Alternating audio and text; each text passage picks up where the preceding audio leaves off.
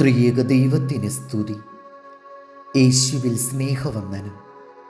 ഒരിക്കൽ പണ്ഡിതനായ ഒരു ഗുരുവിൻ്റെ ശിഷ്യനെ ഒരാൾ ശക്തമായി വിമർശിക്കുകയുണ്ടായി. അയാളുടെ ആക്ഷേപം കേട്ട് ശിഷ്യൻ സഹികെട്ടു. അപമാനഭാരം താങ്ങുവാൻ കഴിയാതെ വന്നപ്പോൾ അയാൾ തിരിച്ചടിച്ചു. തൻ്റെ നേരെ പറഞ്ഞ ആക്ഷേപവാക്കുകളെ ദുർബലമാക്കുന്ന ശക്തമായ ശരങ്ങൾ തന്നെ അയാൾ പ്രയോഗിച്ചു. ശിഷ്യൻ്റെ വാക്കുകൾ കേട്ട് അടുത്തു നിന്ന ഗുരു പെട്ടെന്നു തന്നെ അവിടെ നിന്നും പോയി. അന്നു വൈകുന്നേരം ഗുരുവിനെ കണ്ടപ്പോൾ ശിഷ്യൻ ചോദിച്ചു, എന്നെ അയാൾ അപമാനിച്ചത് കേട്ടിട്ടും അങ്ങ് ഒന്നും പറയാതെ അവിടെ നിന്നും പോയല്ലോ. ഉടനെ ശാന്തനായി ഗുരു പറഞ്ഞു, സ്നേഹിത, താങ്കളെ അധിക്ഷേപിച്ച ആ മനുഷ്യൻ തികച്ചും പരുഷമായും ക്രൂരവുമായാണ് താങ്കളോട് പെരുമാറിയത്. താങ്കൾ അതിൽ നിന്ന് മറുപടിയൊന്നും പറയാതെ നിശബ്ദനായിരിക്കുന്നത് കണ്ടപ്പോൾ ഞാൻ സന്തോഷിച്ചു.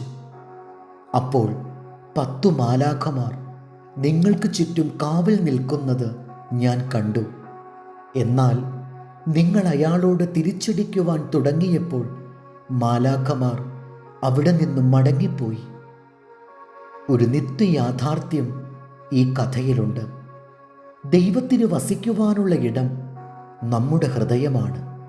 വിദ്വേഷം, പക, കലഹം തുടങ്ങിയ മുൾപടർപ്പുകൾ നട്ടുവളർത്തുന്ന ഹൃദയങ്ങളിൽ ദൈവം എങ്ങനെ വസിക്കും?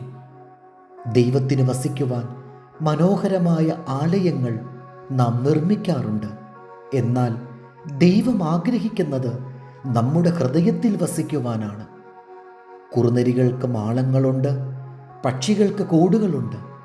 മനുഷ്യപുത്രനാകട്ടെ തലചായിക്കുവാൻ ഇടമില്ല എന്ന് ക്രിസ്തു പറഞ്ഞത് ഇവിടെ ഓർമ്മിക്കേണ്ടതാണ്. ദൈവത്തിന് വസിക്കുവാൻ നമ്മുടെ ഹൃദയത്തിൽ ഇടമൊരുക്കി കൊടുക്കാതെ ചെയ്യുന്ന എല്ലാ ഭക്തി പ്രകടനങ്ങളും കേവലം അധരപൂജ മാത്രമായിരിക്കും.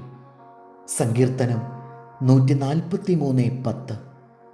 നിന്റെ ഇഷ്ടം ചെയ്യുവാൻ എന്നെ പഠിപ്പിക്കണമേ, നീ എൻ്റെ ദൈവമാകുന്നുവല്ലോ. നിന്റെ നല്ല ആത്മാവ് നേർനിലത്തിൽ എന്നെ നടത്തുമാറാകട്ടെ. ദൈവം നമ്മെ അനുഗ്രഹിക്കട്ടെ.